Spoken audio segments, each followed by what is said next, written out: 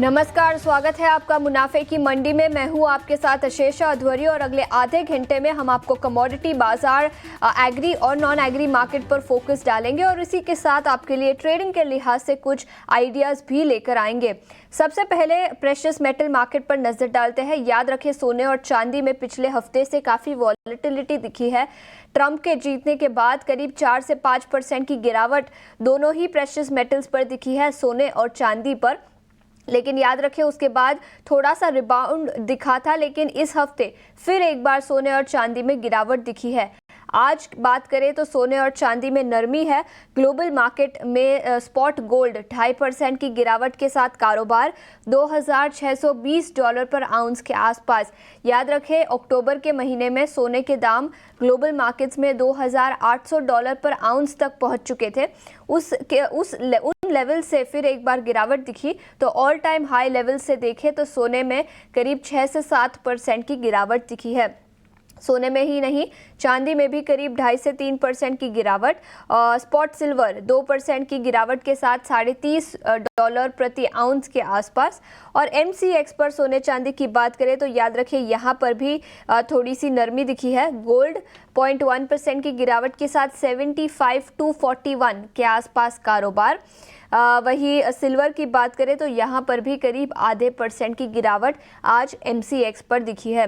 लेकिन precious market पर ही नहीं, दूसरे सभी सेगमेंट्स पर भी फोकस करेंगे, कमोडिटी मार्केट पर। इस बीच हमारे साथ दो मेहमान जुड़ चुके हैं, केडिया नॉमिक्स के अजय केडिया और इसी के साथ ट्रेडबुल सिक्योरिटीज़ के भाविक पटेल भी हमारे साथ जुड़ चुके हैं। शुक्रिया समय निकालकर ईटी नाउ स्वदेश के साथ जुड़ने के लिए। सबसे पहले अजय, मैं आपसे पूछना चाहूँगी, सोने और चांदी पर आपका क्या नज़रिया होगा? पिछले हफ्ते की वॉलेटिलिटी के बाद कमज़ोरी कंटिन्यू होती हुई नजर आई और कल जब हमने ये शो किया था, सभी मेहमानों का यही कहना था कि थोड़े नियर से मीडियम टर्म में कमज़ोरी ही रह सकती है। क्या आपका भी नज़रिया यही होगा? हाँ बिल्कुल जैसे मुझे लगता है कि देखिए प्राइजेस के अंदर जो गिरावट है उसका कारण है कि एवरीथिंग हैज बीन डिस्काउंटेड। जिस ढंग से डॉलर इंडेक्स में अगर आप देखोगे 30 सितंबर को हम 100 का लेवल देख रहे थे और अब 105 के ऊपर, तो डॉलर इंडेक्स की तेजी, साथ में फेड में मैंने पहले भी कहा था कि जो फेड ने सितंबर की मीट में कहा था कि 0.5 और 0.25 इस तरीके से 1.25% का रेट कट हम 2024 में देख पाएंगे। बट अब उसके मुकाबले अगर हम देखें तो नवंबर में हमने 0.25 का रेट कट देखा और जो प्रोबेबिलिटी बन रही है दिसंबर की, उसमें भी 0.25 का ही रेट कट है, जिसकी 62% की प्रोबेबिलिटी है।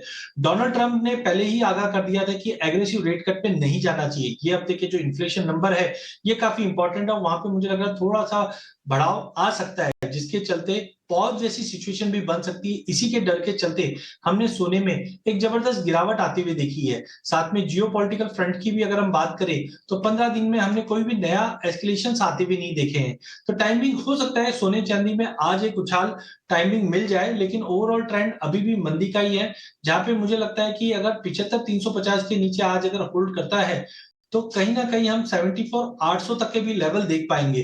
बट आज वॉलिटिलिटी ज्यादा रहेगी, टेक्निकली मार्केट थोड़ा सा ओवरसोल्ड है। मार्केट थोड़ा सा ओवरसोल्ड है, वॉलेटिलिटी रह सकती है। तो प्रेशियस मेटल्स में सोने और चांदी दोनों पर बिकवाली की राय अजय की तरफ से। सोने दिसंबर फ्यूचर्स में 74,800 का लक्ष्य दिया है और चांदी की बात करें तो यहाँ पर 87,800 तक के लेवल्स दिखाई दे सकते हैं। भाविक, आपसे पूछना चाहूँगी, क्या आपका भी नज़रिया यही होगा कि शॉर्ट टर्म में थोड़ा सा कॉशियस रहना चाहिए और नरमी दिख सकती है सोने चांदी में? Good morning. इस डेफिनेटली जैसे केडिया जी ने भी बताया कि देखिए आगे जाके कोई भी गोल्ड और सिल्वर के लिए कोई पॉजिटिव ट्रिगर नहीं है। जैसे हमने बताया कि ऑलरेडी यूएस फेड के जो रेट कट है वो ऑलरेडी मार्केट में डिस्काउंट कर चुके हैं। उन सारे एसेट क्लास में हमने करेक्शन देखे थे यूएस इलेक्शन से पहले, बट एक गोल्ड और सिल्वर से जहाँ पे करेक्शन नहीं था, तो एक करेक्शन पे ड्यू था। और करेक्शन इसीलिए नहीं था क्योंकि एक्सपेक्टेशन थी कि अगर डोनाल्ड ट्रंप हार जाते हैं तो वो शायद रिजल्ट को है वो बोल सकते हैं, और आगे जाके जो 2020 में हुआ था थोड़ा सिविल वो हो सकता है, तो उसकी वजह से एक रिस्क रेशियो जो था वो आया था गोल्ड में। बट अभी ये इलेक्शन ओवर हो चुका है तो अभी मुझे नहीं लग रहा है कि जो रिजल्ट है उसको कोई डिस्प्यूट हो सकता है, तो उसकी वजह से एक प्रॉफिट बुकिंग आया। हमने स्पेकुलेशन पोजीशन भी देखे जो काफी अनवाइंड हो रहे हैं, और आगे जाके भी मुझे लग रहा है कि एटलीस्ट शॉर्ट टर्म में ये जो करेक्शन है वो रहेगा, क्योंकि डॉलर इंडेक्स जो है वो स्ट्रेंथ हो रहा है, क्रूड है वो कम हो रहा है, तो उसकी वजह से इन्फ्लेशनरी प्रेशर कम हो सकता है और डोनाल्ड ट्रम्प की जो पॉलिसी है वो ज़्यादा इन्फ्लेशनरी है कि जहाँ पे उन्होंने बोला है कि ट्रेड टैरिफ रखेंगे, टैक्स कट करेंगे, तो आगे जाके इन्फ्लेशन बढ़ेगा तो उसकी वजह से जो फेड है उनको भी थोड़ा हॉकिश होना पड़ेगा जिसकी वजह से वापस जो डॉलर इंडेक्स है उसमें स्ट्रेंथ दिखेगी।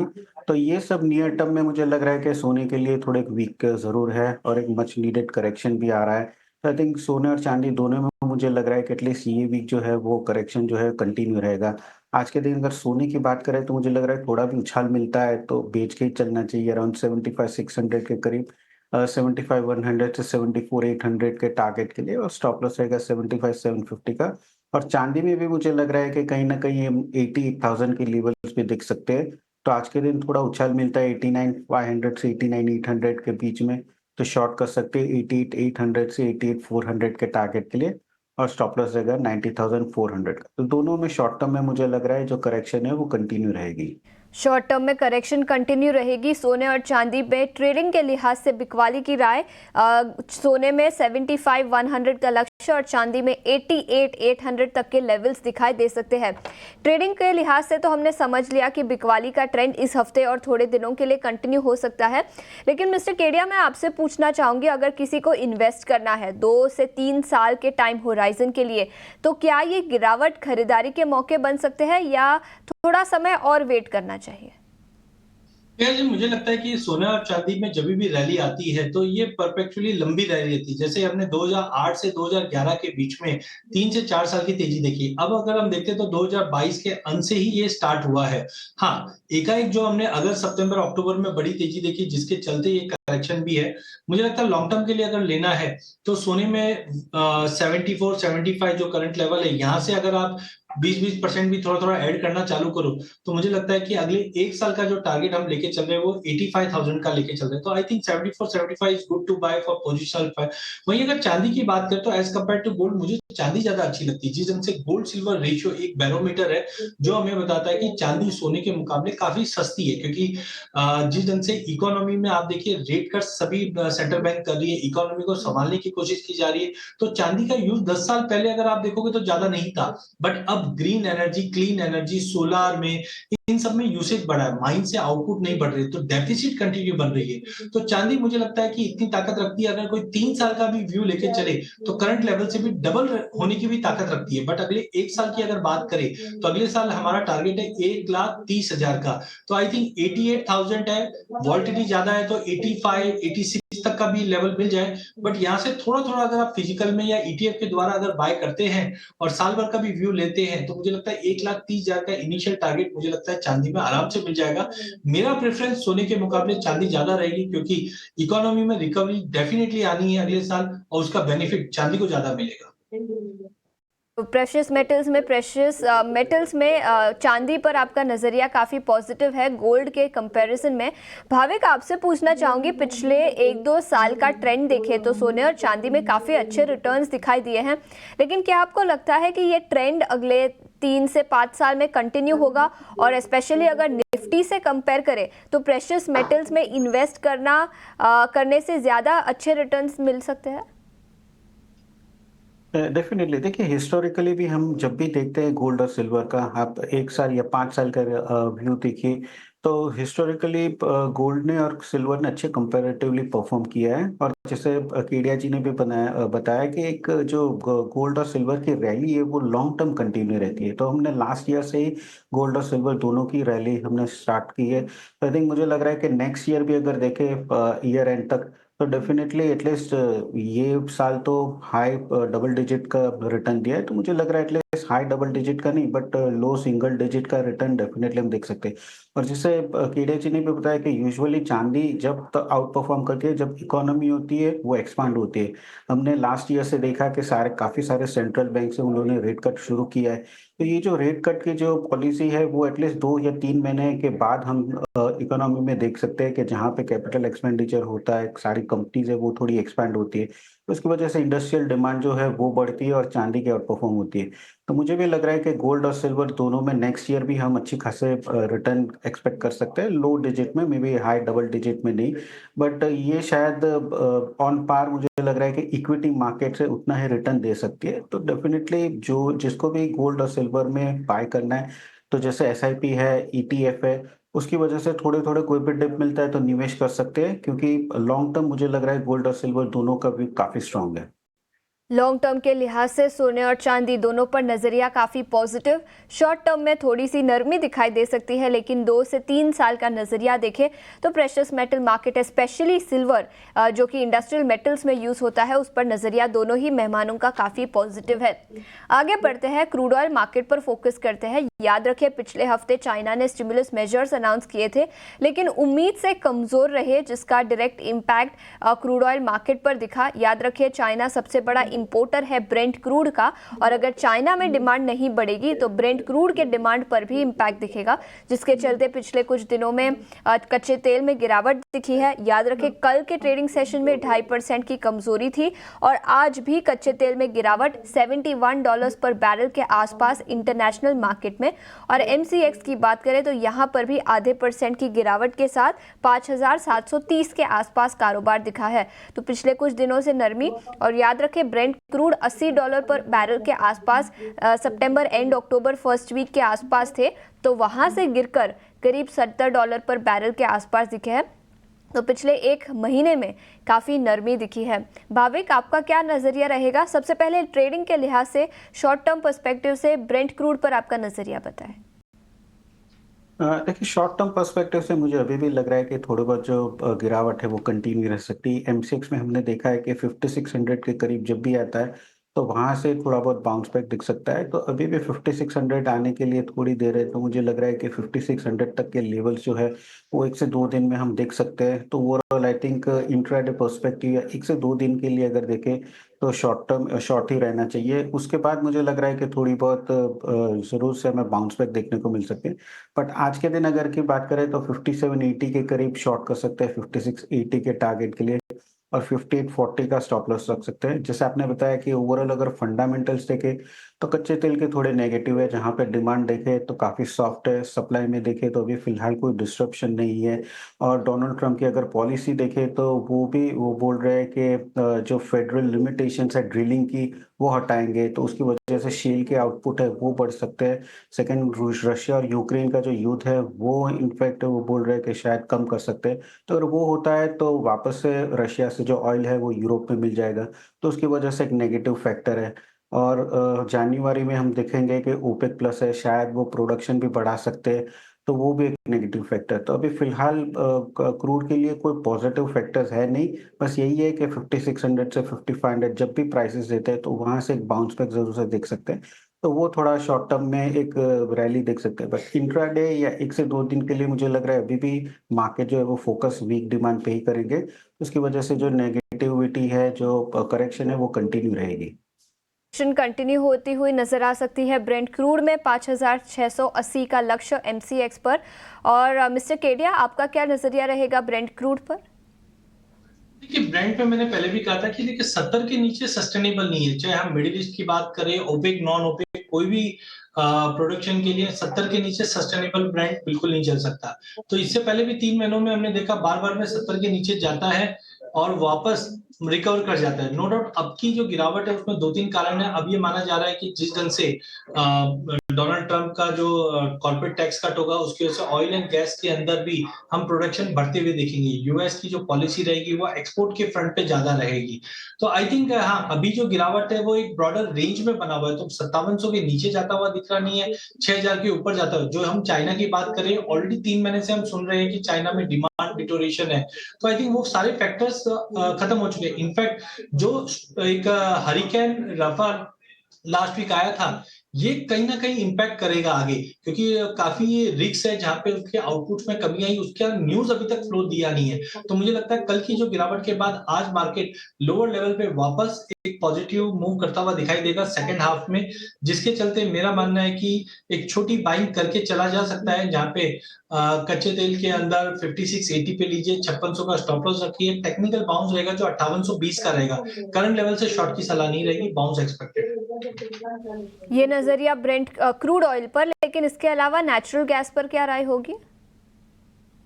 गैस हम सीजनलिटी में विंटर्स में एंटर कर रहे हैं। यूएस में एज ऑफ नाउ इतना ज्यादा टेम्परेचर में ड्रॉप नहीं, बट यूरोप में टेम्परेचर ड्रॉप होना चालू हो चुका है, जिसके चलते हमने बड़ा गेन देखा है। यूके, और यूके, यूरोप, यहाँ पे हम देख रहे हैं ठंड बढ़ रही है। साथ में खास करके यूके की जो स्टोरेज कैपेसिटी है एज कम्पेयर टू यूरोपियन बाकी ज्यादा नहीं है, जिसके चलते ये जंप आया है। और साथ में जो हरिकेन हिट हुआ था गल्फ ऑफ मेक्सिको में, इसकी वजह से प्रोडक्शन हर्ट हुआ है, ये बड़ा कारण रहा है।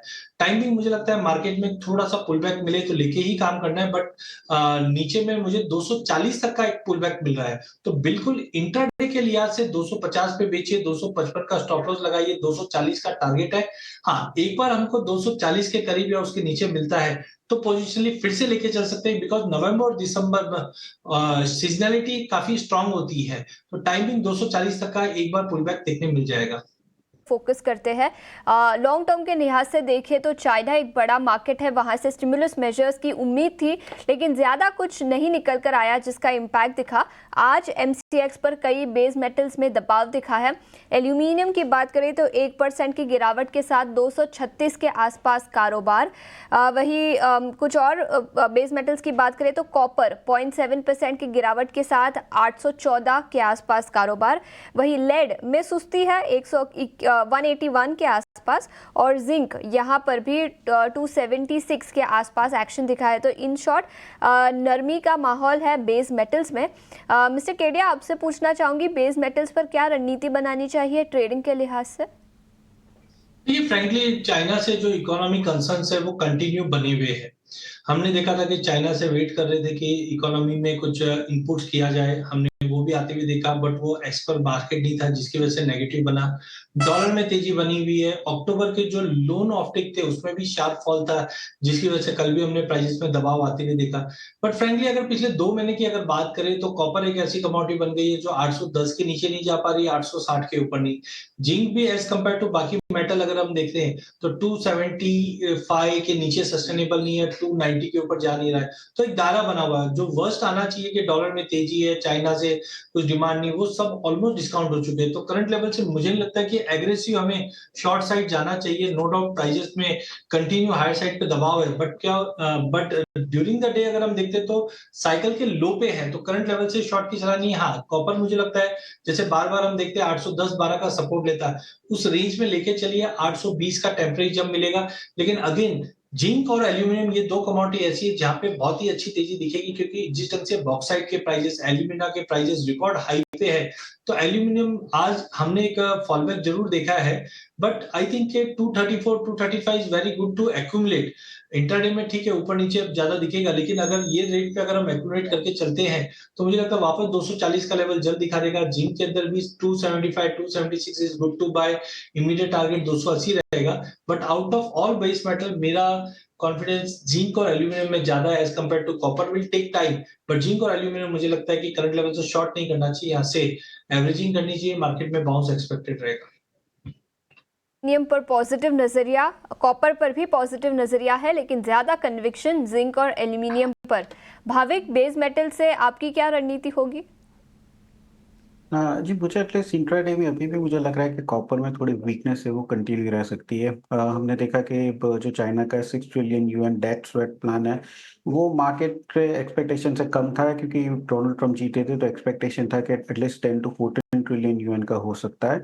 और ये जो डेट स्वेट है उसकी वजह से चाइना की इकोनॉमी है उसमें ग्रोथ नहीं होने वाला है। ये जस्ट जो वहाँ की इकोनॉमी है, जो लोकल डेट्स है, हिडन डेट्स है, वो ओवरकम हो सकते हैं। तो आगे जाके भी हम देख रहे हैं कि डॉलर इंडेक्स में जिस हिसाब से तेजी है, और कल हमने देखा कि चाइना के जो न्यू होम लोन्स है वो भी लो है, तो उसकी वजह से अभी नियर टर्म में नहीं लग रहा है कि कहीं पे भी इकोनॉमी में कुछ एक्सपेंशन हो सकता है। और कॉपर, जैसे केडिया जी ने भी बताया, 810 से 805 का जो एक लेवल है वहां से जरूर से बाउंस बैक हो रहा है।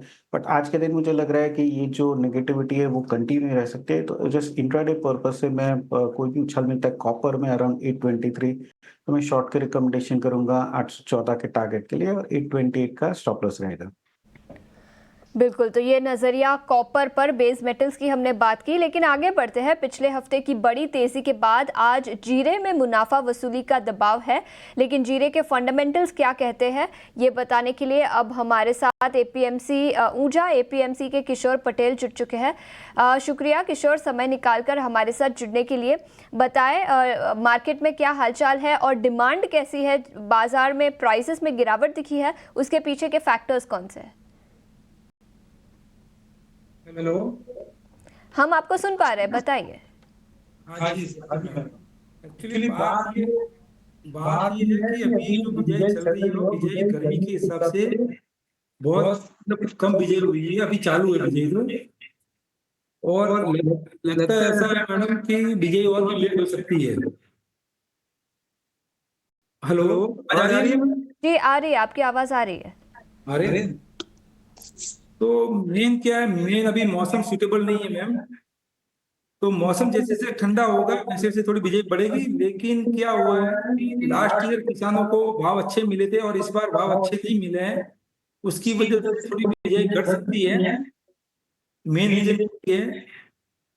अब बिजाई का समय है वो 15 नवंबर से लेकर 15 दिसंबर तक है, ये मेन पीरियड है बिजाई का। अब गुजरात के अंदर से किसानों से और व्यापारियों से बात करते हैं, ऐसा लग रहा है कि यहाँ बिजाई 20 से 25% घट सकती है, लेकिन राजस्थान के अंदर बिजाई कम घटेगी, इतनी घटेगी वहां मतलब बिजाई या तो लास्ट ईयर जितनी या उससे 5-10% हो सकती है।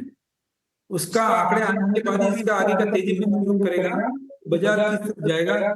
फिलहाल डिमांड एक्सपोर्ट की रेगुलर बनी हुई है, डोमेस्टिक डिमांड भी अच्छी है क्योंकि आगे शादियां हैं, उसके हिसाब से डिमांड कंटिन्यू बनी हुई है। मंडी के अंदर अराइवल राजा बोल की अराइवल है, अब अराइवल घटती है तो बाजार थोड़ा सुधर सकता है, अराइवल बढ़ती है तो बाजार रुक जाता है, पता ही नहीं।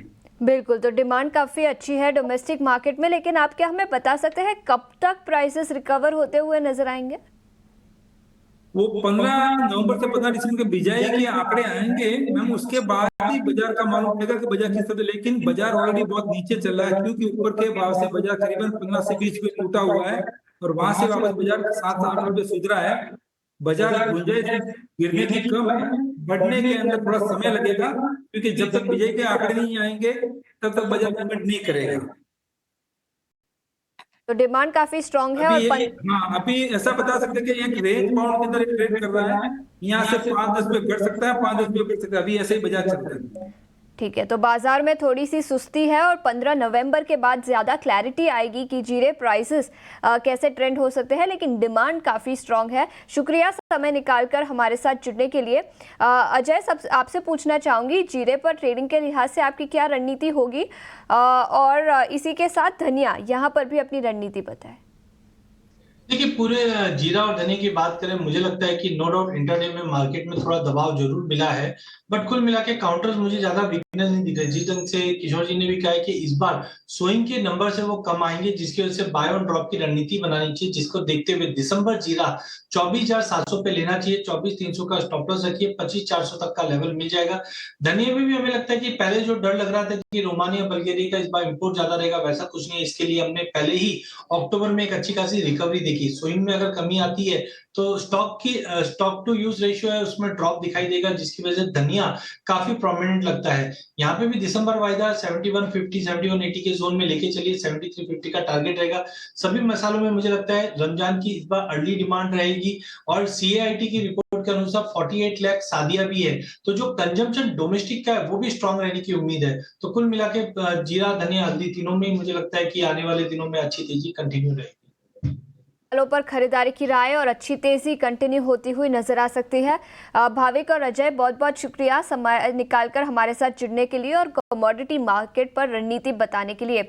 इतना ही समय था, लेकिन आप कहीं मत जाइए, बने रहिए ईटी नाउ स्वदेश के साथ। नमस्कार।